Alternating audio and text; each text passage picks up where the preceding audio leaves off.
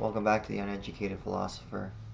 Um, Usually I don't like to stay on a subject for too long. Um, Today I am going to further talk about the Gaza situation. Um, like I said, it's an ethical website, so I like to talk about all subjects going on in the world where ethics are concerned, and there are so many. So I would like to move on. This will be the third video now on Gaza. The reason why I just want to wrap it up, or I'm going to continue on from the last video I made, was because the first video I made, I was a little heated talking about Thane Rosenbaum, whatever. And the second video, I tried to wrap up, my points of view. And then I had received some emails, so I feel that I should respond back to that. I'm not going to read the emails because they were a little hateful, and there was a bunch of them, and it would take up too much time. But basically,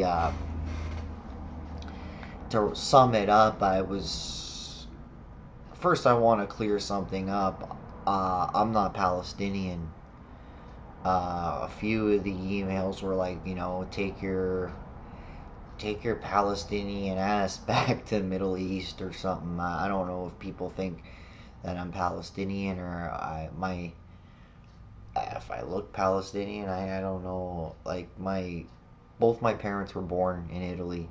My father came to Canada when he was like 10 or 11. My mother came here, I think, when she was like 16, 17. I was born in Canada. Both my parents are Italian. My heritage, my nationality is Italian. I'm Canadian, but my parents are from Italy. I don't know if it's a Southern European thing, Mediterranean thing, and my views on what's going on in the Middle East, people just automatically assume that I'm Palestinian, or if it's because I took a certain side and people just wanted to throw that remark at me. I couldn't really decipher what it was, but I'm just gonna straighten that out, that I'm not for one nation or the other. I'm not Palestinian, I'm not Jewish. I don't like one race more than the other. I have 4 or 5 Jewish friends that I talk to on a regular basis that are really good friends of mine. I don't really know too many people that are Palestinian. I know 1 or 2 guys, I never really talk to them. They've got their own lives, whatever. I mean, it's not a personal thing. I basically can just, I'm a smart enough guy to look at a situation, study the history of a situation, and see when a certain people are getting absolutely fucked.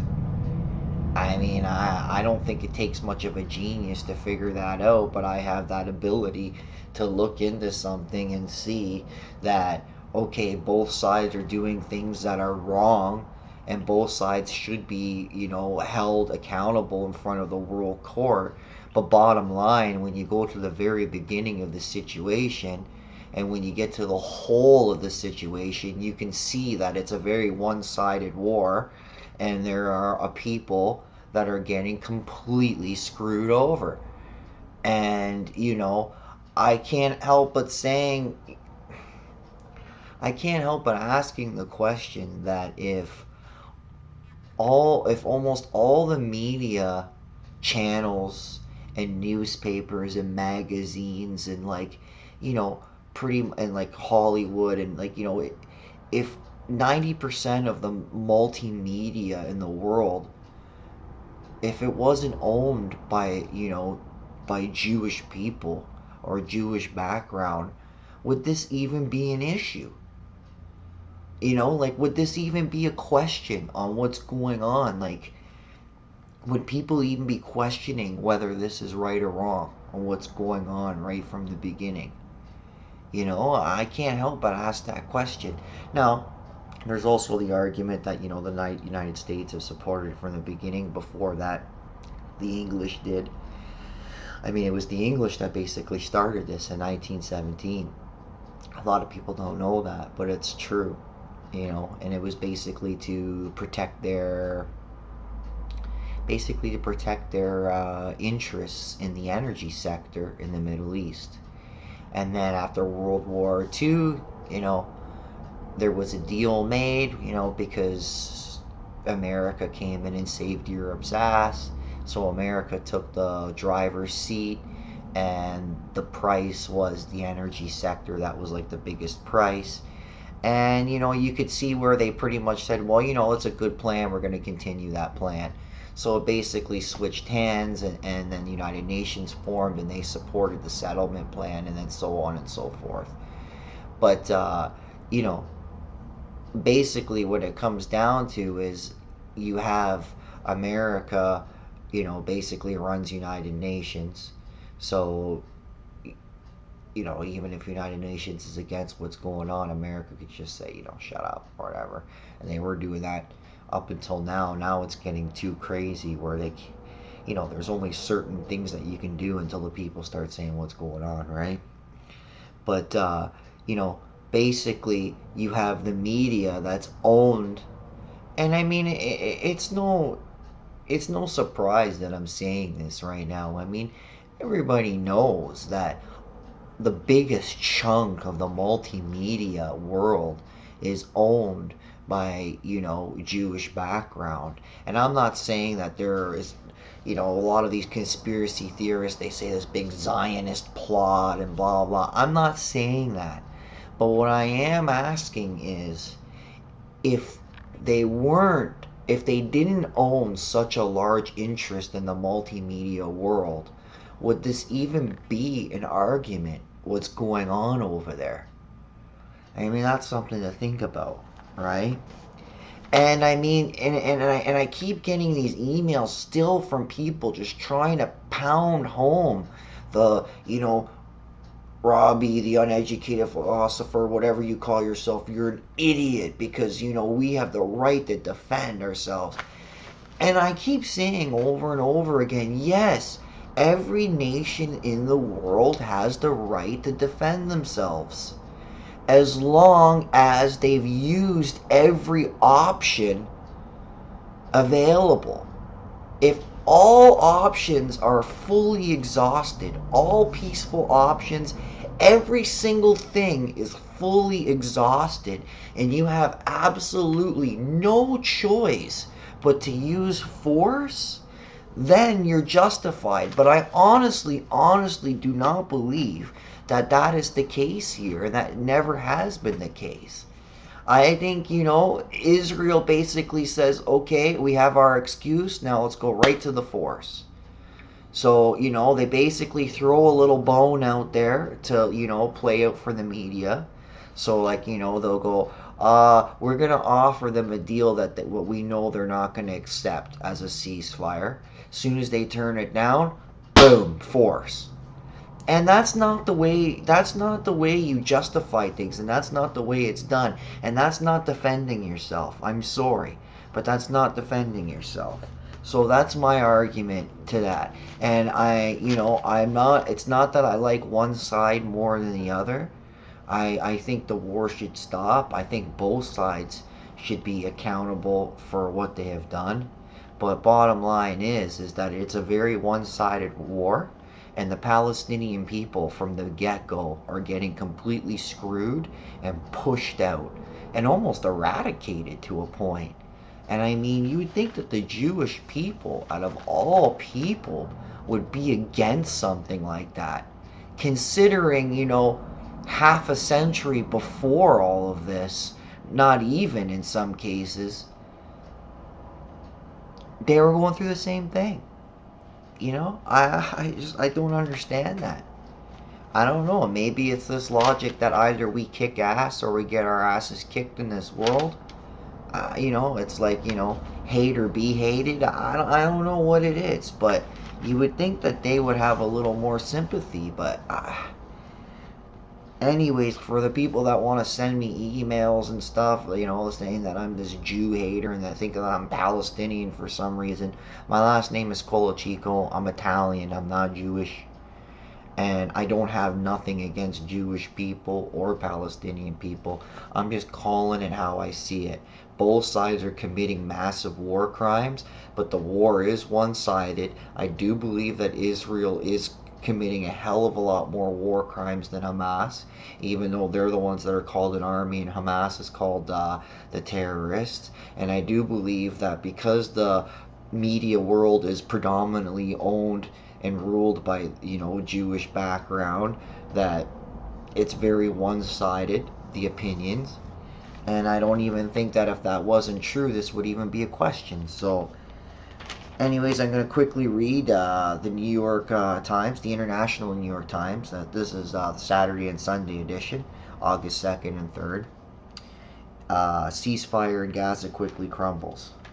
Israel steps up offensive to find soldier it suspects was captured by Hamas. The latest ceasefire in Gaza conflict quickly collapsed on Friday as the Israeli military announced that 2 soldiers had been killed and a third apparently captured by Palestinian militants who emerged from a tunnel near Rafah in the southern Gaza Strip. Gaza health officials said 35 Palestinians had been killed and more than 100 wounded as Israeli forces bombarded the area. Palestinian witnesses said by telephone that Israeli tank shells had hit eastern Rafah as residents returned to inspect homes they had evacuated. Each side accused the other of violating the 72-hour truce, which disintegrated in less than 2 hours. Secretary of State John Kerry and Ban Ki-moon, Secretary General of the United Nations, who had arranged the ceasefire, denounced the reported capture of the soldier, Second Lieutenant Hayder Golden. Israel said Lieutenant Golden had disappeared after the ceasefire as its forces moved to destroy a Palestinian tunnel, which was allowed under the terms of the ceasefire. Lieutenant Colonel Peter Lerner, a spokesman for the Israeli military, said initial indications were that several militants came out of the tunnel. There was an exchange of fire, and a soldier was dragged back into the tunnel. Hamas, the dominant faction in Gaza, did not claim responsibility for seizing the soldier, adding another layer of confusion. It said in a statement that Israel's announcement about the capture of a soldier was intended to cover up barbaric massacres, especially in Rafah. Hamas military wing, the Qassam brigades, issued a statement several hours later that made no mention of a soldier's capture and identified that it had violated the ceasefire, saying it had clashed with Israeli troops who had advanced into eastern Rafah at 7 a.m., an hour before the ceasefire start. Israel's military disputed Hamas's account of the timing of the clash, saying it began 90 minutes after the ceasefire took hold. The ceasefire is over, Colonel Lerner said, adding that the Israeli military was carrying out extensive operations on the ground to try to locate the missing soldier. Moussa Abu Mazork, a senior official in the political wing of Hamas, had been quoted by Turkish news reports earlier Friday as saying that Hamas had taken a soldier captive by claiming that it had done so before the ceasefire began. Later, Mr. Abu Mazork said on his Twitter account that the Turkish news accounts had misrepresented his remarks and that he had said only that Hamas was told a soldier had been seized. Amos Yadlin, a former chief of Israel's military intelligence directorate, said, I think that what happened here is that the details of the ceasefire were not sufficiently clarified. In an interview with Israeli radio, Mr. Yadlin said the Israeli military would not leave Gaza until it completed the destruction of the tunnels, even during a ceasefire. It is not completely clear to me if this was clear to Hamas, he said. Mr. Yadlin, who now directs the Institute for National Security Studies at Tel Aviv University, also said it was possible that the militants who emerged from the tunnel on Friday were cut off and did not know of the ceasefire.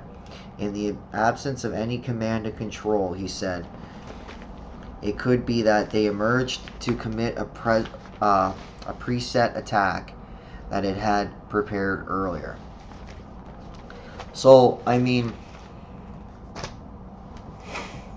Like the article says, I guess it's possible that communication wasn't made, and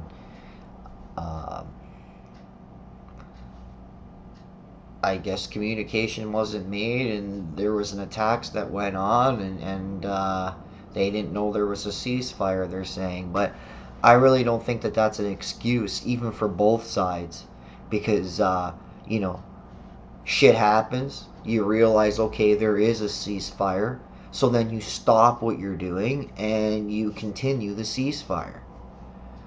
It was basically like, oh, well, a ceasefire was announced. We didn't know. Shit went down. So now there's no ceasefire. I don't understand that. I mean, that doesn't work. So, I just, to be fair to Israel, okay, to be fair to Israel, Hamas shouldn't take advantage of the fact that now things have turned and people are starting to give sympathy to what's going on. So now it's like, okay, now that the world sees that we're the victim, we should exploit that. No, that's not gonna work. If you're gonna get the support of the world, you gotta fucking stop doing what you're doing. So that's something that they really gotta think about, or else the sympathy's not gonna last too long. And then they're completely fucked, because once Israel gets the go ahead, like, you know what, we don't care anymore, go ahead, do whatever, that's it. Say goodbye to the Gaza Strip. It's gonna be fucking parking lot, and I totally don't want to see that, because 1.5 million people will suffer, and that's just not cool. On the opposite end of the spectrum, this whole thing about, like, the Israelis, like, oh, well, even though there was a ceasefire, we're gonna complete our tunnel destruction. No, no, no, no, no. There's a fucking ceasefire, okay? There's a ceasefire. Stop. They're like, oh, well, we weren't planning on hurting anybody. We were just going to blow up tunnels. But you don't know who's in there. You don't know who's going to take that as a threat. That's going to continue the fight. If there's a ceasefire, take a step back 50, 100 yards. Set up a bait. Like, you don't have to completely abandon. But, go back 50, 100 yards. And just stop until the 72-hour ceasefire is over, and then continue your mission. There was a ceasefire. United Nations said, hey, listen, we need to go in and help people here. We need to help these innocent civilians here. And you basically said, no, we don't care. We got a mission going on, and we're going to continue it. And that put the ceasefire at jeopardy. Now, whether it was Israel that broke it, or whether it was Hamas that broke it, it doesn't really matter. You knew 100%, you confirmed that you knew there was a ceasefire, and you still said, no, we're going to complete the mission, we're going to blow up these tunnels. And that's something that you're going to have to be accounted for. That technically is an act of aggression, and that technically is a war crime in itself. Whether they're actually going to feel the repercussions of that, who knows, right? But basically, that's, I think I've said what I've had to say. I'm going to leave this topic for a little while. I'll come back maybe I'm sure more shit's gonna go down, but there's so many things going on in the world right now that I would like to, touch on ethical standpoints on that. If there's anything that you'd like to say, you can reach me at social media, or you can also reach me at my email, robbie@un-educatedphilosopher.com. Like I said, I welcome all comments and whatever. And even if there's something that I missed that you can teach me, please teach me, because we all have so much to learn. And thank you very much. Have a nice day.